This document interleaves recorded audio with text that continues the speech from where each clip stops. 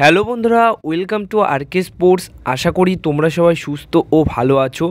তো এই ভিডিওতে মোহনবাগান দলকে নিয়ে আপডেট শেয়ার করার রয়েছে এবং আজকে যে ম্যাচটা হলো, কেরালা ব্লাস্ট এফসি দল নিজেদের ঘরের মাঠে পাঞ্জাব এফসি দলের এগেনস্টে ম্যাচ খেলেছে।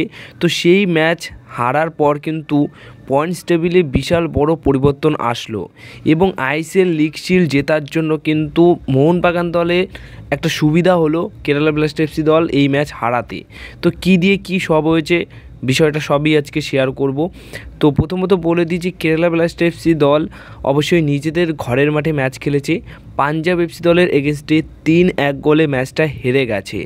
তো পাঞ্জাব এফসি দল যেভাবে পারফরমেন্স করেছে, দুর্দান্ত পারফরমেন্স করেছে। মানে আই লিগের চ্যাম্পিয়ন্স দল, তারা আইএসএলে প্রথম লিগে ভালো খেলতে পারেনি, কিন্তু সেকেন্ড লিগে তারা কিন্তু একদমই অন্যরকম শেপে শুরু করেছে।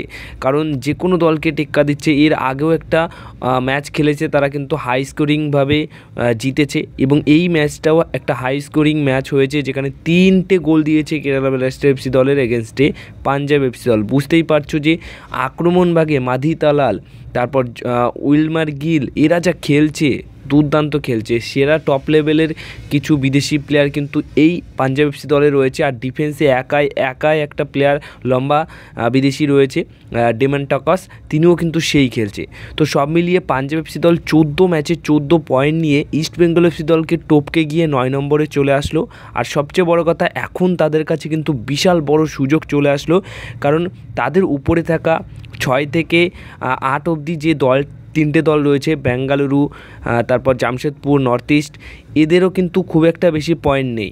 তাদের পয়েন্ট রয়েছে 14, 15, 16।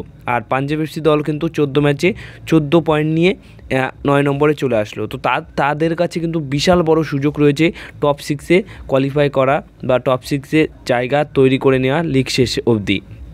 তো এই যে টপ 6-এ মানে 5-6 নম্বর জায়গাটা নিয়ে কিন্তু বেশ একটা লড়াই হবে। আর লড়াই কিন্তু এখন জমে উঠেছে পয়েন্টস টেবিলে। আর এইদিকে 3 নম্বরে রয়েছে কেরালা ব্লাস্ট এফসি দল, তারা 3 নম্বরে ছিল এবং 3 নম্বরেই রয়েছে, কারণ ম্যাচটা হারার পর তাদের 14 ম্যাচে 26 পয়েন্ট রয়েছে।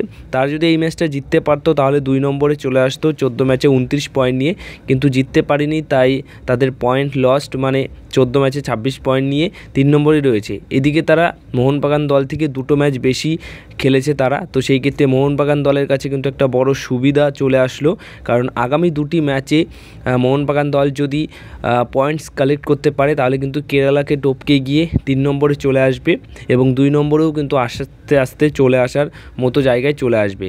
তো পয়েন্টস টেবিলে এই ম্যাচগুলোই কিন্তু ফারাক করে দেয় একটা, যে কীরকম কী চ্যাম্পিয়নশিপ, মানে সেই শিল্ডটা কোন দল জিততে পারে, 1 নম্বরে কোন দল শেষ অবধি শেষ করতে পারে।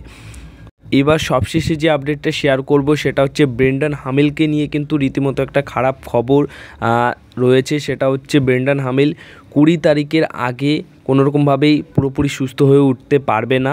তো গোয়া ম্যাচ মিস করছে এবং গোয়া ম্যাচের পর কিন্তু আরও একটা ম্যাচ মিস করতে পারেন এবং 20 তারিখের পর গিয়ে তাকে নিয়ে আরও পাকাপোক্ত খবর আসবে যে তিনি আদেও মোহনবাগান দলের হয়ে পুরো কন্টিনিউ করতে পারবে কি পারবে না, নাকি খেলতেও পারবে পরবর্তী সময়ে। সব বিষয়টা নিয়ে কিন্তু 20 তারিখের পর আপডেট আসবে।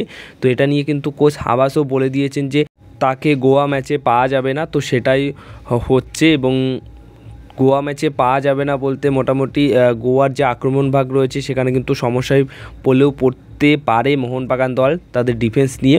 এছাড়া আর একটা ব্যাপার রয়েছে যে আনোয়ার আলী কিন্তু পুরোপুরি প্র্যাকটিস করেছে, অর্থাৎ শেষ প্র্যাকটিস ছিল আজকেই, এবং আজকের শেষ প্র্যাকটিসে দেখা গেছে দুর্দান্তভাবে বল নিয়ে তিনি পুরো দমে অনুশীলন করছে। তো তার খেলার সম্ভাবনা রয়েছে। প্রথম থেকে শুরু না করলেও রিজার্ভ বেঞ্চে আনোয়ার আলীকে রাখতে পারে আন্তোনিও লোপেস হাবাস, এবং আমরা হয়তো চমকও দেখতে পারি, প্রথম থেকেও শুরু করতে দেখতে পারি আন্তোনিও লোপেস হাবাস, এটাও কিন্তু করতে পারে।